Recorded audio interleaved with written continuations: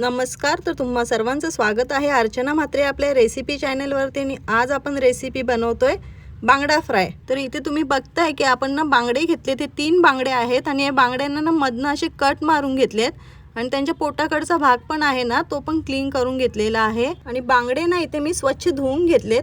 इथे रवा घेतलाय, तांदळाचं पीठ आहे, आलं लसूण आणि मिरचीची एकत्र पेस्ट केलेली आहे आणि लहानशी लिंबाची फोड आहे. तर इथे मी काळी मिरी पूड घेतली आणि काळी मिरी पूड ना एकदम मी कमी घेतली. इथे गरम मसाला आहे पाव चम्मच, तर इथे अर्धा चम्मच मी ना धना पावडर घेतली, आगरी मसाला 1.5 चम्मच आहे आणि इथे हळद घेतली अर्धा चम्मच, मीठ घेतले इथे चवीप्रमाणे. इथे कोकमाचा रस घेतला आपण काढून, चण्याचं पीठ घेतलं 1 चम्मच. तर आता इथे मी एक डिश घेतली आणि याच्यात आपण हे बांगडे आहेत ना हे काढून घेऊया.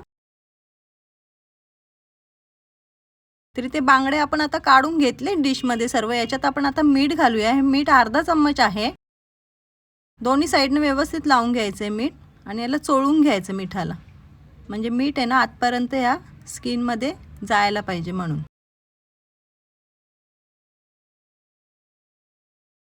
लिंबाचा रस आहे ना, लिंबाचा रस आपण ह्या बांगड्यांना दोन्ही साईडने चोळून घेऊ आता. तर इथे पाव चम्मच हळद घेतली आहे मी. हळद सुद्धा आपण या बांगड्यांना आता व्यवस्थित अशी चोळून घेऊया. तर इथे आलं लसूण मिरची आणि कोथिंबीरची एकत्र पेस्ट केलेली आहे, ती 1 चम्मच घेतली आहे. ती आपण आता या बांगड्यांना चोळून घेऊया आणि ही व्यवस्थित अशी चोळून घ्यायची आपण दोन्ही साईडने. आणि ह्या चिरा आहेत ना बांगड्यांच्या, ते चिरांच्या अशा आतपर्यंत ही पेस्ट गेली पाहिजे, म्हणजे आपल्या बांगड्याला ना मस्त फ्लेवर येईल अद्रक लसूणचा.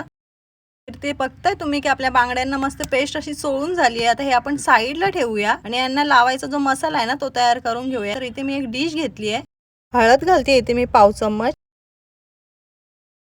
आगरी मसाला घालते मी 1.5 चम्मच, धणा पावडर आणि गरम मसाला आहे तो घालते याच्यात. इथे बेसन आहे 1 चम्मच, ते घालूया.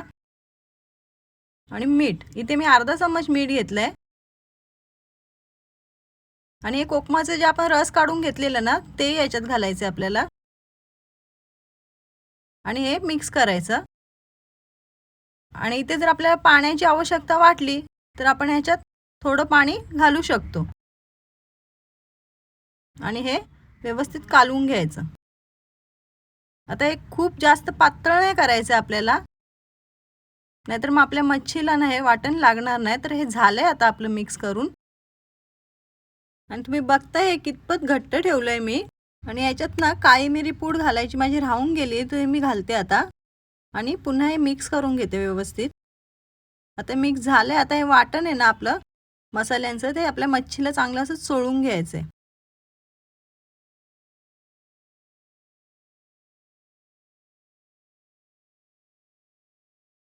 आता हे दोन्ही साईडनं आपलं व्यवस्थित चोळून झालंय आणि यांच्या चिरांमध्ये पण हे वाटण असं आतपर्यंत गेलं पाहिजे आणि पोटाच्या भागाला पण. आता हे पूर्ण आपलं चोळून झालंय. आता हे ना आपण साईडला ठेवून देऊया. आणि एक मी डिश घेतली आता आणि या डिश मध्ये ना मी रवा घालते. रवा 4 चम्मच घालते मी आणि 4 चम्मच आपण तांदळाचं पीठ घालायचंय. दोन्हींचं प्रमाण सेमच आहे.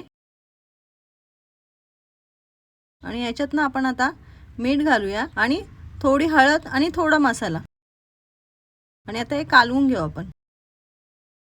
आता याच्यात मीठ जास्त नका टाकू, नाही तर मग आपलं हे मिश्रण आहे ना हे खारट होईल. आता हे झालंय आपलं मिक्स करून.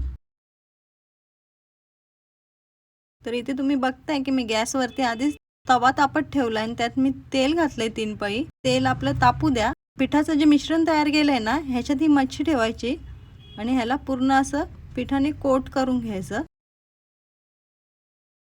आणि असं दाबून दाबून हे पीठ ह्याला लावायचं, म्हणजे हे पीठ ह्या मच्छीला चांगलं लागलं पाहिजे.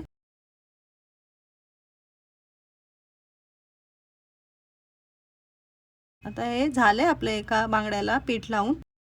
तर हे आपले झालेत आता 3ही बांगडे. याच्यात आपण आता एक एक बांगडा घ्यायचा आणि या तेलामध्ये अलगद असे सोडून द्यायचे. आणि या लसणाच्या पाकळ्या घेतल्यात मी ठेचून, यांची सालं नाही काढली आहेत. आता या लसणाच्या पाकळ्या पण आपल्याला या तेलामध्ये सोडून द्यायच्या आहेत. याच्याने ना आपल्या तेलाला चांगला फ्लेवर येतो लसणाचा। आणि आता हे एका साईडनं आपले झालेत, यांना ना आपण आता हळूच पलटून घ्यायचे।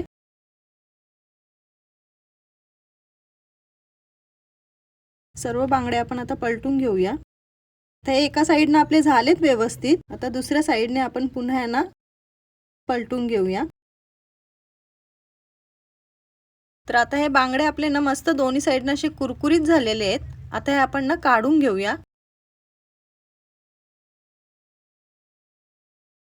तर इथे बघताय तुम्ही आपले मस्त क्रिस्पी बांगडा फ्राय तयार करून झालेला आहे। जर व्हिडिओ आवडली असेल तर लाईक करा, शेअर करा आणि चॅनलला सबस्क्राईब करायला विसरू नका।